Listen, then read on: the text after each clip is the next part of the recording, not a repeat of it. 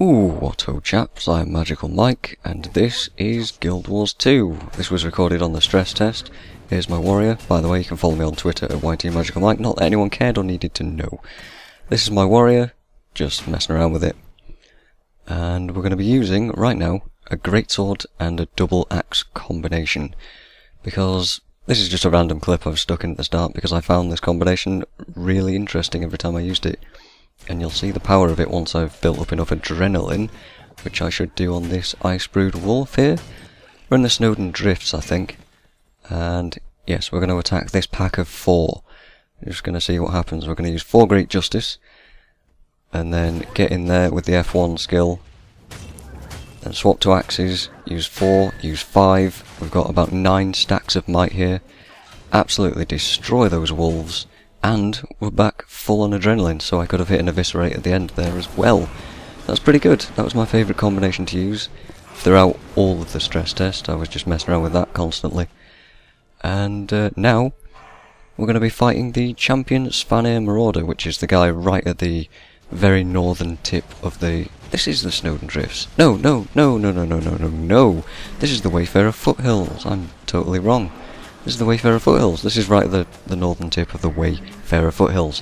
Yes, indeed. So this is the big boss at the end of the whole event chain. You're going to see us, well, me and this small group of people. I've got a friend here. I'm sure she'll recognise who she is. And this guy does a few attacks. That one that you just saw, he makes it super obvious when he's going to do it. And he does that charge attack as well, and he sort of glitches on the terrain, but don't worry about that.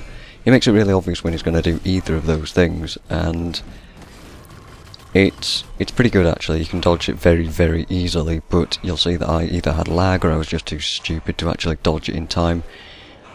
And several occasions here, I don't think I dodged them once. Like here, I could have easily gotten out of the way of that thing, but I didn't because I was thick. So I go down.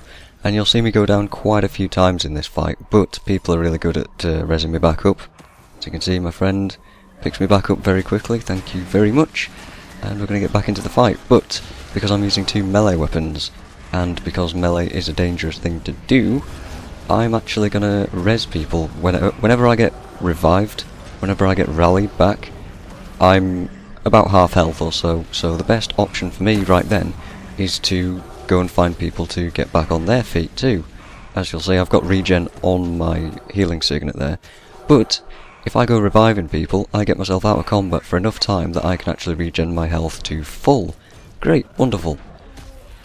So what's the point of this video? The point of this video is for all you guys that don't know me that well.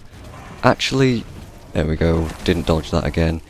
I actually want to make this channel not just a Guild Wars 2 channel, and that's kind of difficult actually, because I get a lot of negative comments on some of my things, and aside from that, that's fine, although I'd prefer if people were nicer about it.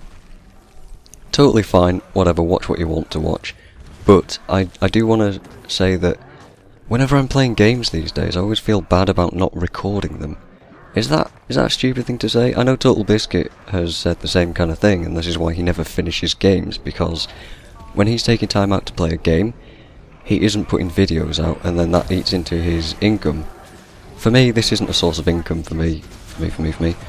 This isn't my job. I don't want to make it my job, but occasionally it just feels like when I'm playing a game and not recording it, I feel guilty about not doing that, and a lot of the time I'm having fun with these games.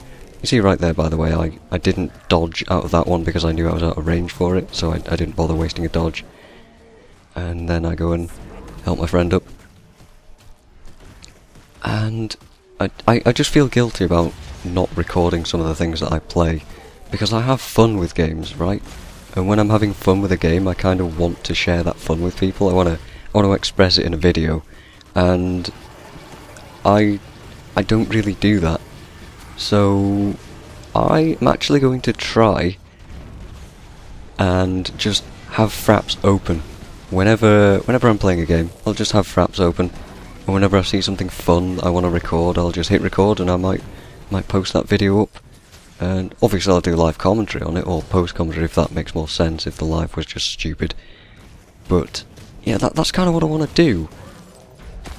I don't want to hit my headset like that, because that kind of hurt.